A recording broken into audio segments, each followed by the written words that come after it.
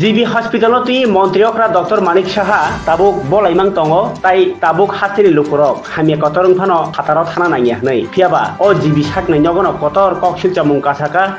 neuro surgeon doctor Reddy নি সাকনাই একা সামুং তাংমানি বাগै বড় খরচা থৈকা প্রসেনজিৎ দেবনাথ মুङै उमर 33 बिसिनि जुलाइबारिनि शान्तिनिकेतन पारानि साखामिया दंनाय ककसिल चामुं कासाका अ पातिमुं हितुदिनो अंखा हनै ककसिल जाका ताई आबनो सय जास्टिस सानै तिनि मन्त्रिकरा प्रोफेसर डक्टर मानिक साहानो नाय फाइनानि बागै सानै दंखा नुखुनि बरग्रक अ ककसिल चामुं खानायनि लोकरक जिबि हाय साकनाय नगो तामुं ककसिल जाना नांखा खरचा निउरो सार्जन डक्टर रेड्डी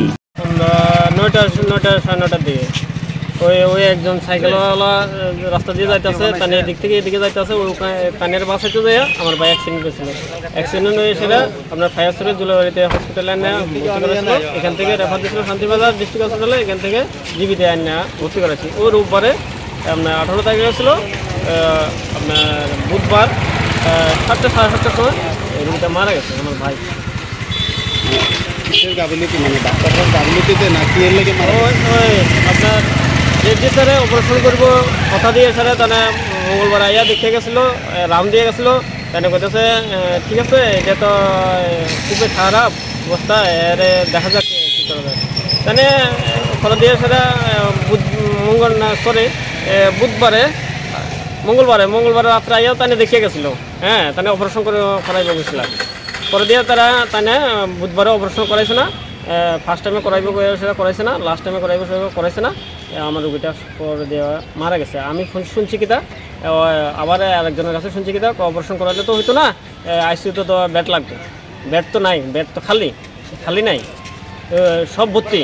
তো আমি কইতে আছি আম্মা এইটা বেড ভর্তি খালি নাই তো আমার রোগীটা কীভাবে অপারেশন করাবে না করবে কোন জায়গাতে রাখবে এটা সারে না জানে বেডটা তো ব্যবস্থা সারে না করবো আমরা কি জানি পরে দিয়া আপনার রোগীটা মারা গেছে আমার কাছে কার গাফিলতির লেগে এরকম হয়েছে ওই তো রেড্ডি স্যারের অপারেশন করাবে সেটা করাইছে না রেড্ডি স্যারের গাফিলতির কারণে তো আমার রোগীটা মারা গেছে বলে কি হয়েছিল আসলে আমরা রোববারে রাত্রে প্রায় 1টা-4টার সময় রোগীরা লই আইসি জিবিতে খুব ক্রিটিক্যাল অবস্থা ছিল তারপরে ডক্টর ধ্রুব দাস তাইনে দেখছিল তাইনে দেখার পরে ভর্তি রাখছে ভর্তি রাখার পরে কইছে যে খুব ডেঞ্জারিস অবস্থা তার অপারেশন লাগবে ঠিক আছে অপারেশন লাগলে টিকাকরণ লাগবো ব্লাড লাগবে তো পরের দিন আমরা দৌড়াদৌড়ি করে সবাই দৌড়াদৌড়ি করে ব্লাড জোগাড় করলাম এরপরে সকালবেলা 9টায় টাইম দিয়ে 9টার সময় আইসে না পরে কীতে হয়েছে ডাক্তাররা তো খুঁজে পাওয়া যায় না এখানে শুধু ম্যাডামরা আইসে এই ডাক্তারকে ম্যাডাম আমরা তো এতটুকু চিনি না কারোর সঙ্গে কথা বলার মতো তো আমরা এত মানে ইয়ে নাই যে আমরা তো সবসময় তো আই না তারপরে এই ব্লাড জোগাড় করলাম এত তৈরি করে পরের দিন টাইম দিছে 9টার পরে দিছে বিকালবেলা করাইব বিকালবেলা টাইম দিছে রাত্রে মানে কি একটা টেস্টের কথা কইছিল টেস্টে যা ওইবার পরের মানে অপারেশনে ওটি করাইব এটাও গেল এর পরের দিন আবার টাইম দিছে 9টা কে টাইম দিছে অপারেশন ডাক্তার যে আসলে আর কি রেড্ডি স্যার তো পরের দিন আবার 9টা টাইম দিছে সেম টাইম আইসে না ডাক্তার তারপর আমরা জিজ্ঞাসা করতেছিলাম আর কি ম্যাডাম আছে তারা কয়েকজন ওখানে তো বইয়াই থাকে তারা জিজ্ঞাসি যে কী ব্যাপার আমরা রোগীটা তো খুব ক্রিটিক্যাল আমরা তো ব্লাডও জোগাড় হয়েছে এখন অপারেশন ক্লিয়ার করতেছে না তারা কইতেছে যে ডাক্তারের সঙ্গে কথা কয়ে জানাইব তারপরে গেছে উপরে আবার আমার ভাই একটা আছে তাই আবার উপরে গেছে উপরে যায় ম্যাডামের সঙ্গে কথা কইছে ডাক্তারের সঙ্গে কথা কয়ে জানাইব করতে তো 4 দিনের মাথায় আমার ভাইটার এমন হয়েছে এরপরে লাস্ট মুহূর্তে কইছে কি পজিটিভ আইছে এর লেগে তাদের মানে ভাইটারে মানে এক্সট্রা রেড জোনে লইয়া গেছে তো তারা যদি ফাইতো না কইতো শুরু থেকে যদি ফাইতো না কইতো তাহলে আমরা অন্য পদক্ষেপ নিতাম অন্য জায়গায় চেষ্টা করতাম আমরা যতদূর পারি যতটুকুই পারি